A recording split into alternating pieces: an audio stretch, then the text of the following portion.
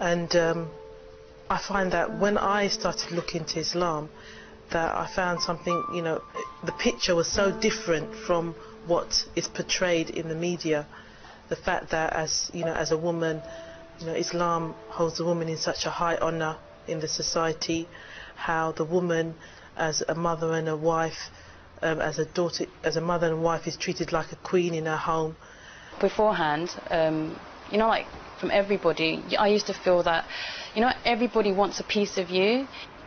They say that they respect the woman, but you know that it's just they see the woman as just a sexual object. So, you know, like friends and people that you know, they only hang around with you or spend time with you if they can, you know, like if you fit into their crowd, if you look right.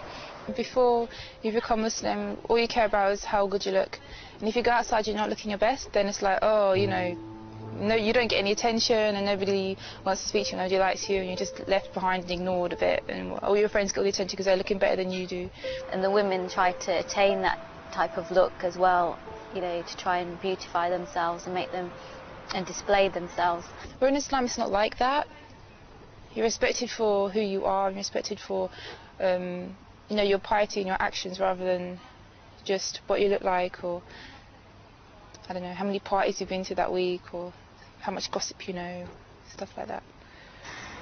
Whereas in Islam, you know, the woman's required to cover her beauty, and it's for herself and her husband and her immediate family, like her father and brother, to see.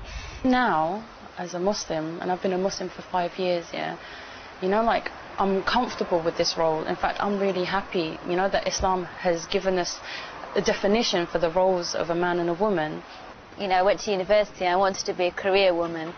So a mother and a wife, yes, I would be. But, you know, I'd balance them all together, and I want to make it out there. But I used to always say to my grandma, oh, I'll make my husband do my washing up and look after the kids, and I'll go to work. And she used to have a, you know, nightmare. I used to find it hard that, you know, after like 5 years of studying at university, that I had like to think twice about, should I pursue my career in engineering, or should I, you know, think about having a family? When I came to Islam, there's completely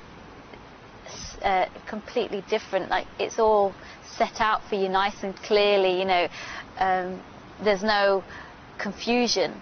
The background that I came from West Indian background, Jamaican background, and you know, there's a lot of issues to do with family, like there's a lot of broken families, dysfunctional families. There's a high ratio of homes which do not have fathers in the home, and this is all as a result of the fact that there's no guidance.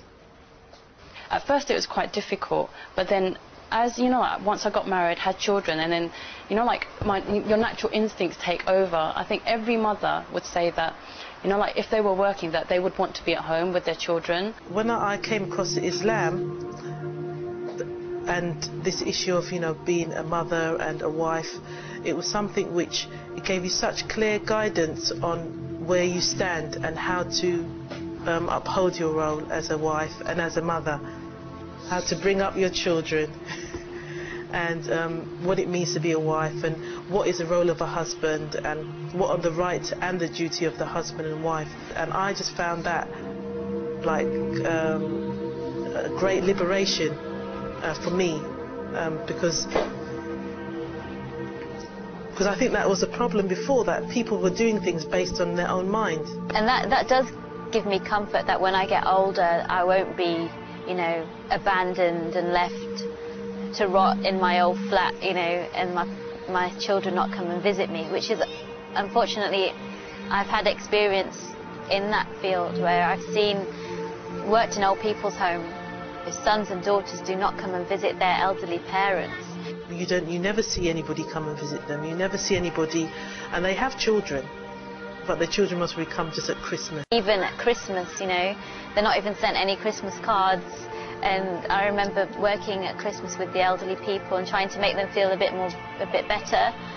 And it is really heartbreaking when you go into certain old people's homes, and all their life these people have looked after their children, and all they can speak about is their children, and their children can't even be bothered to come and visit them once a week.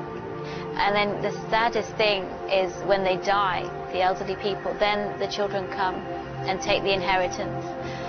And I do feel relieved that, you know, inshallah, this is not what's going to happen to me, that my children will always be there for me. Because Islam requires them to do that.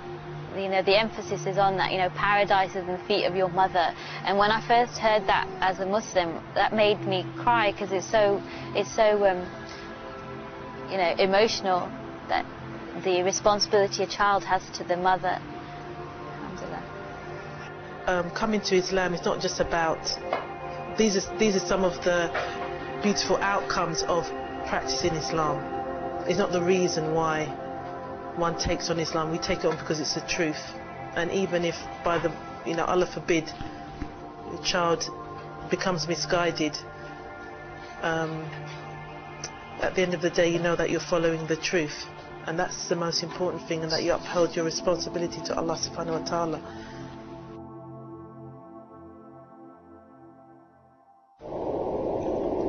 Recent years have experienced an extreme level of negative media portrayal of Islam and deliberate distortion and falsification of the Islamic way of life. Indeed, this negative depiction affects many in the general public and prevents sincere ideological debates.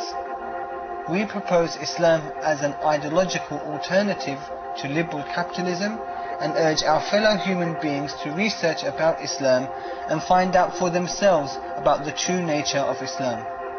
Allah, the creator of this universe, says in the Qur'an, Alif Lam Ra. This is a book which we have revealed unto you, O Muhammad, in order that you might lead mankind out of darkness and into light, by their Lord's leave, to the path of the Almighty, the owner of all praise.